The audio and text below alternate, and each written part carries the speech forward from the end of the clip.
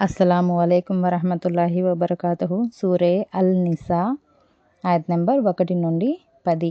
ఔజుబిల్లాహి మినష్ షైతానిర్ రజీం. బిస్మిల్లాహిర్ రహ్మానిర్ రహీం.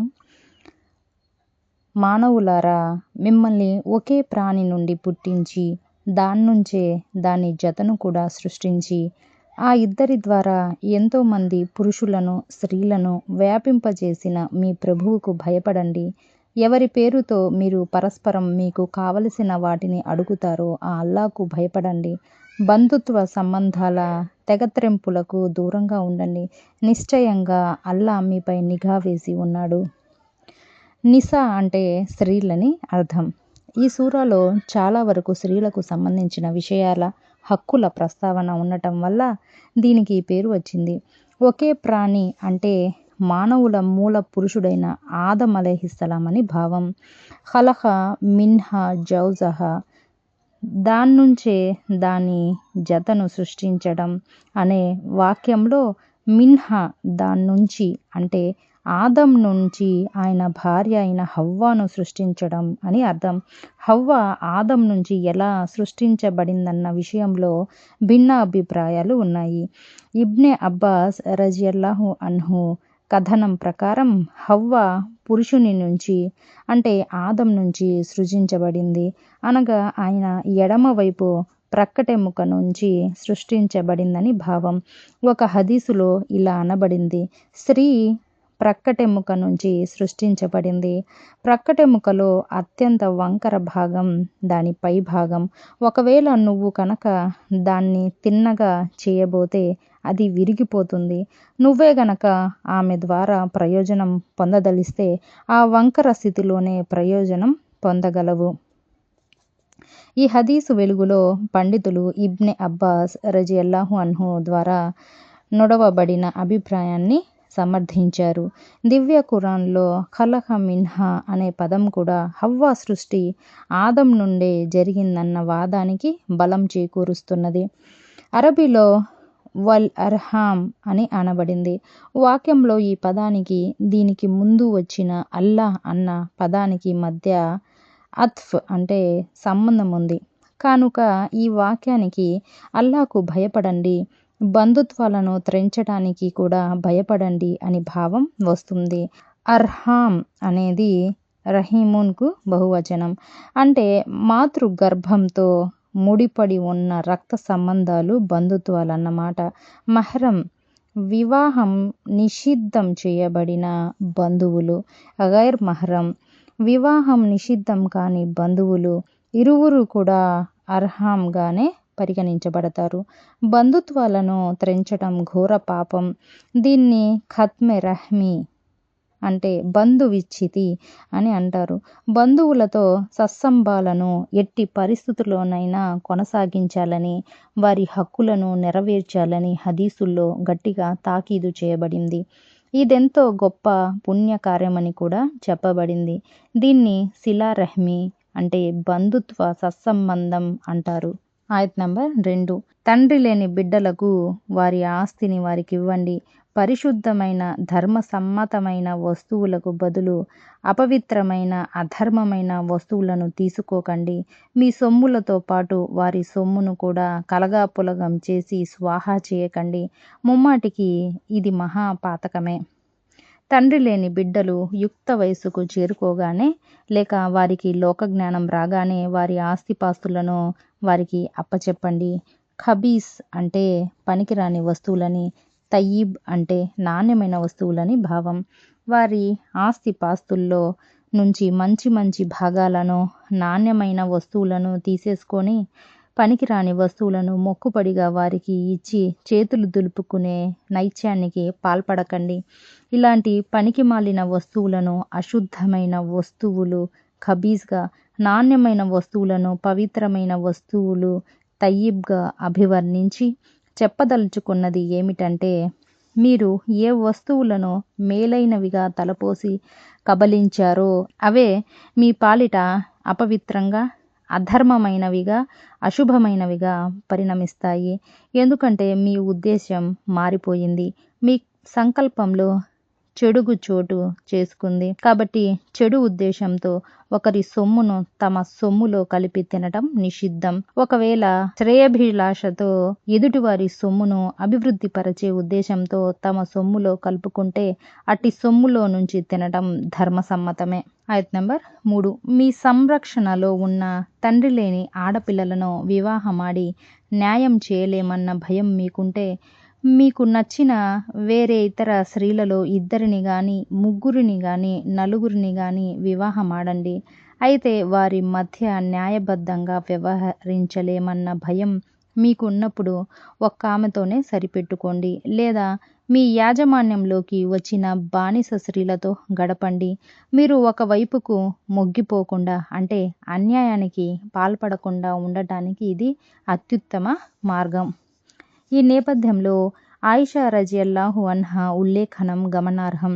అనాథ బాలిక స్థితిమంతురాలు అందగత్తె అయి ఉండి ఒకరి సంరక్షణలో ఉన్నప్పుడు ఆ వ్యక్తి ఆమె ఐశ్వర్యానికి అందానికి ప్రభావితుడై ఆమెను నికా చేసుకోవడానికైతే చేసుకుంటాడు గాని తన ఇతర భార్యలకి ఇచ్చినట్లుగా ఈమెకు మహర్ హక్కును ఇవ్వడు. అల్లా ఈ అన్యాయాన్ని అరికట్టదలిచాడు. మీ పోషణలో ఉన్న అనాథ బాలికల విషయంలో న్యాయం చేయలేమన్న అనుమానం మీకున్నప్పుడు అసలు వారిని వివాహమే చేసుకోవద్దు. ఇతర స్త్రీలను వివాహమాడే మార్గం మీకోసం ఎలాగో తెరుచుకొని ఉంది. ఒక్కామనే కాదు, 2 3 4 స్త్రీలను కూడా వివాహమాడవచ్చు. కాకపోతే వారి మధ్య న్యాయంగా మసలుకునే స్తోమత ఉండాలి. లేకపోతే ఒక్క ఆమెతోనే కాపురం చెయ్యాలి. లేదంటారా మీ యాజమాన్యంలోకి ధర్మసమ్మతంగా వచ్చిన బానిస స్త్రీతో గడపండి. ఈ ఆయతు ద్వారా విదితమయ్యే ఒక ముఖ్య విషయం ఏమిటంటే ఒక ముస్లిం నిజంగా తనకు అవసరం అనుకుంటే ఏకకాలంలో 4 స్త్రీలను తన దాంపత్య జీవితంలోకి తీసుకురాగలడు. అంతకు మించి చేసుకోలేడు. సహీహ్ హదీసులలో ఈ విషయానికి సంబంధించిన మరిన్ని తఫ్సీళ్లు వచ్చాయి. దైవ ప్రవక్త సల్లల్లాహు అలైహి వసల్లం ఏకకాలంలో 4 కన్నా ఎక్కువ మంది సతీమణులను కలిగి ఉన్నారంటే అది దైవ ప్రవక్త సల్లల్లాహు అలైహి వసల్లంకు ప్రత్యేకం. దీని ఆధారంగా ముస్లిం సమాజానికి చెందిన ఏ వ్యక్తి అయినా 4 స్త్రీలకు మించి వివాహం ఆడలేడు. మొత్తం మీద ఒకామెను వివాహమాడటంతోనే సరిపెట్టుకోవచ్చు. ఒకరికన్నా ఎక్కువ మంది భార్యలున్నప్పుడు వారి మధ్య సమభావంతో మెలగడం మీకు కష్టం కావచ్చు. సాధారణంగా జరిగేది ఏమిటంటే భర్త మానసికంగా ఏ భార్య వైపుకు మొగ్గి ఉంటాడో ఆమె జీవన అవసరాల పట్లనే ఎక్కువ శ్రద్ధ వహిస్తాడు. ఆ విధంగా అతడు సమతూకం నుంచి తొలగిపోతాడు. ఇది దైవ సమక్షంలో నేరంగా పరిగణించబడుతుంది. దివ్య ఖురాన్ ఈ విషయాన్ని మరో చోట అత్యంత చతురతతో విపులీకరించింది. భార్యల మధ్య పూర్తి న్యాయం పాటించడం అన్నది మీ వల్ల కాని పని. మీరెంతగా కోరుకున్నా ఈ విషయంలో సఫలీకృతులు కాలేరు. కనుక మీరు కనీసం ఇలా అయినా చేయండి. ఇతర భార్యలను డోలాయమాన స్థితిలో పడవేసేలా మీరు ఒక భార్య వైపుకే పూర్తిగా మొగ్గిపోకండి. దీని ద్వారా స్పష్టమయ్యేది ఏమిటంటే ఏకకాలంలో ఒకరికంటే ఎక్కువ స్త్రీలను వివాహమాడటం, వారి మధ్య సమానత్వాన్ని పాటించకపోవటం అసమంజసం, ఇంకా ప్రమాదకరం కూడా. ఆయత్ నెంబర్ 4. స్త్రీలకు వారి మహర్ సొమ్మును మనస్ఫూర్తిగా ఇవ్వండి. ఒకవేళ వారు కనుక తమంతట తాముగా ఇష్టపూర్వకంగా మహర్లో కొంత మొత్తాన్ని వదిలిపెట్టినట్లయితే సంతోషంగా నిస్సంకోచంగా దాన్ని అనుభవించండి. ఆయత్ నెంబర్ 5. అల్లా మీ జరుగుబాటుకు ఆధారంగా చేసిన మీ ధనాన్ని అవివేకుల పరం చేయకండి. కాకపోతే ఆ సంపదలో నుంచి వారికి అన్నవసరాలు మొదలగునవి సమకూర్చండి. వారితో మంచితనంతో మృదువుగా మాట్లాడండి. ఆయత్ నెంబర్ 6. తండ్రి లేని బిడ్డలు పెళ్ళిడుకు వచ్చేసరికి వారిని తీర్చిదిద్దుతూ పరీక్షిస్తూ ఉండండి. ఒకవేళ వారిలో తెలివితేటలు కార్యదక్షత కానవస్తే వారి ఆస్తిని వారికి అప్పగించండి. వారు పెద్దవారవుతున్నారన్న భయంతో వారి ఆస్తిపాస్తులను ఆదరాబాదరాగా దుబారా ఖర్చు చేయకండి. తండ్రి లేని బిడ్డల పోషకుడు ధనవంతుడైన పక్షంలో వారి సొమ్మును ముట్టుకోకూడదు. ఒకవేళ అతడు పేదవాడైతే ధర్మబద్ధంగా అవసరమైనంత మేరకు అనుభవించవచ్చు. మరి వారి ఆస్తిని వారికి అప్పగించేటప్పుడు దానికి సాక్షుల్ని పెట్టుకోండి. లెక్క తీసుకోవటానికి అల్లా చాలు. అనాథల ఆస్తికి సంబంధించిన ముఖ్యమైన మార్గదర్శక నియమాలు సూచించబడిన తరువాత లెక్క తీసుకోవటానికి అల్లా చాలు అని అనటం గమనార్హం. అంటే తండ్రి లేని బిడ్డల ఆస్తిని మీరు ఏ విధంగా కాపాడారు? వారి ఆస్తిని వారికి అప్పగించే సమయంలో న్యాయంగా వ్యవహరించారా లేదా? అందులో ఏమైనా హెచ్చుతగ్గులు కానీ కలగాపులగం కానీ చేశారా? ఈ వ్యవహారంలో మీ నిజాయితీ ఏపాటిది? తదితర విషయాలు జనానికి తెలిసినా తెలియకపోయినా అల్లాకు మాత్రం తెలియకుండా లేవు. మీరు ఆయన సన్నిధిలో హాజరైనప్పుడు ఆయన మీ లెక్క తేలుస్తాడు. అందుకే ఇది ఎంతో బాధ్యతతో కూడుకున్న పని అని హదీసులో చెప్పబడింది.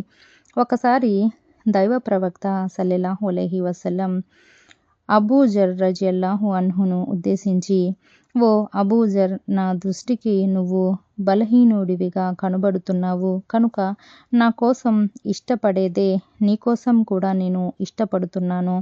నీవు ఇద్దరు వ్యక్తులపై కూడా అమీరు, నాయకునిగా గాని తండ్రి లేని బిడ్డలకు సంరక్షకునిగా గాని అవ్వకు అని ఉపదేశించారు. ఆయత్ నంబర్ 7.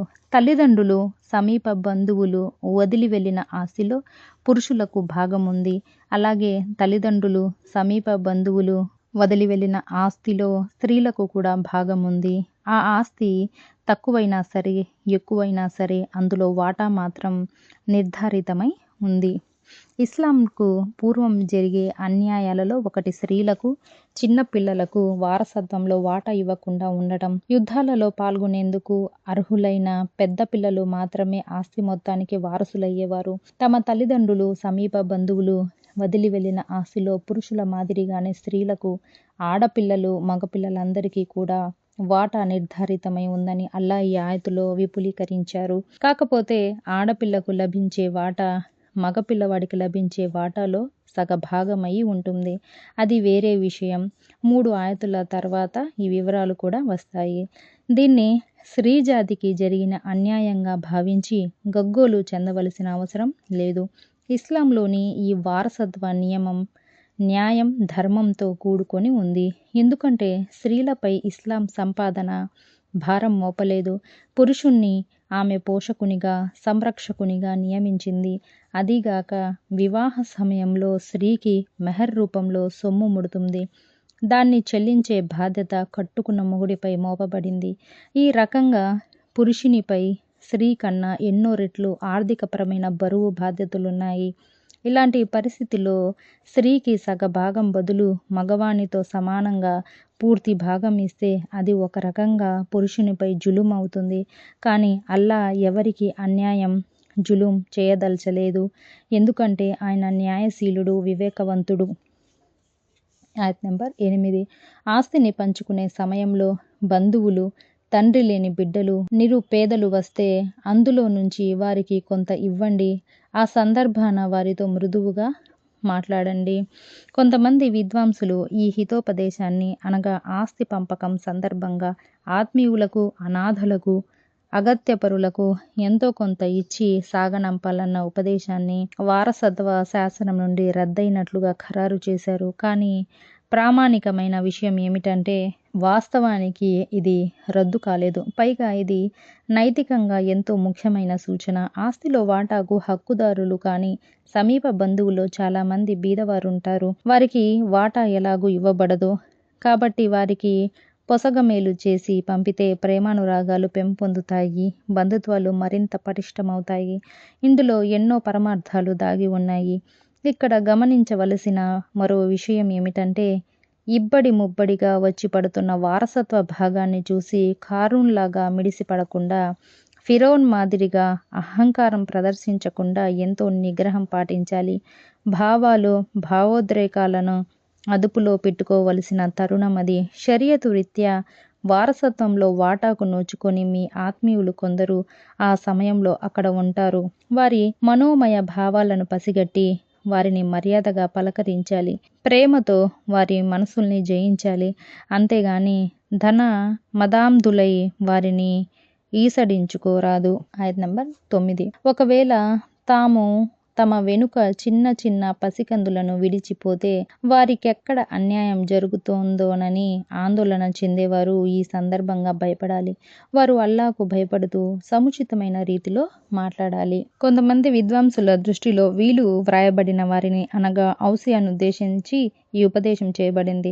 తమ పోషణలో ఉన్న తండ్రి లేని బిడ్డలను తమ కన్నపిల్లల వలె చూసుకోవాలని, తాము చనిపోతున్నప్పుడు తమ పసిపిల్లల పట్ల తమకు ఎంత చింత ఉంటుందో అంతే చింత ఆ బలహీన వర్గం పట్ల ఉండాలని తాకీదు చేయబడింది. మరి కొంతమంది పండితుల అభిప్రాయం ప్రకారం సాధారణ ప్రజలను ఉద్దేశించి ఈ విధంగా బోధించబడింది. తండ్రి లేని పసివాళ్ల పట్ల, ఇతర చిన్నపిల్లల పట్ల వాత్సల్యంతో మెలగాలని, వారు మీ పోషణలో ఉన్నా సరే లేకపోయినా సరే వారిపై జాలి చూపాలని తాకీదు చేయడం జరిగింది.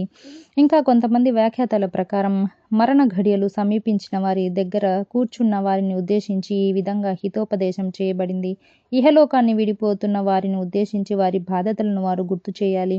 ఒకవైపు దేవుని హక్కులతో పాటు మరోవైపు దాసుల హక్కులను గురించి వారికి నొక్కి చెప్పాలి. మరణించే వ్యక్తి తన వీలునామాలు ఆ రెండింటిని దృష్టిలో పెట్టుకొని విల్లు చెప్పేటట్లు చూడాలి. ఒకవేళ మరణ ఘడియలు సమీపించిన వ్యక్తి బాగా ఉన్నవాడైతే అతని ఆస్తిలో నుంచి 3వ వంతును సమీప బంధువుల్లో దారిద్ర్యం అనుభవిస్తున్న వారి పేర వీలు వ్రాయమని సలహా ఇవ్వాలి. లేదంటే ఏదైనా ధార్మిక సంస్థకు రాసి ఇవ్వమని చెప్పాలి. ఆ విధంగా అది అతని పరలోక సాఫల్యానికి దోహదపడుతుంది. ఒకవేళ మరణించేవాడు స్థితిమంతుడు కాని పక్షంలో 3వ వంతు ఆస్తికి వీలు వ్రాయకుండా అతన్ని ఆపాలి. ఎందుకంటే అతడు పోయిన తర్వాత అతని ఆలుబిడ్డలు ఇతరుల ముందు చేయి చాపి అర్థించవలసిన ఆగత్యం ఏర్పడకూడదు. అలాగే ఎవరైనా తమ వారసులకు ఆస్తి దక్కకుండా చేసే ఆలోచనలో ఉంటే వారిని అలా చేయకుండా అడ్డుకోవాలి. తమ తదనంతరం తమ పిల్లలే గనక ముష్టి ఎత్తుకోవలసిన దుస్థితి ఏర్పడితే తమకెంత బాధ కలుగుతుందో ఊహించుకొని ఇతరులకు కూడా అలాంటి దురవస్థ దాపురించకుండా ఉండేలా శ్రేయోభిలాషితో మెలగాలి. ఈ వివరణ ద్వారా పైన పేర్కొనబడిన విభిన్న వ్యక్తులందరికీ ఈ ఆయతు వర్తిస్తుంది. ఆయత్ నంబర్ 10. తండ్రి లేని బిడ్డల సొమ్మును అన్యాయంగా తినేవారు తమ పొట్టల్ని అగ్నితో నింపుకుంటున్నారు. త్వరలోనే వారు మండే అగ్నిలోకి ప్రవేశిస్తారు. అస్సలాము అలైకుం వరహమతుల్లాహి వబరకాతుహు.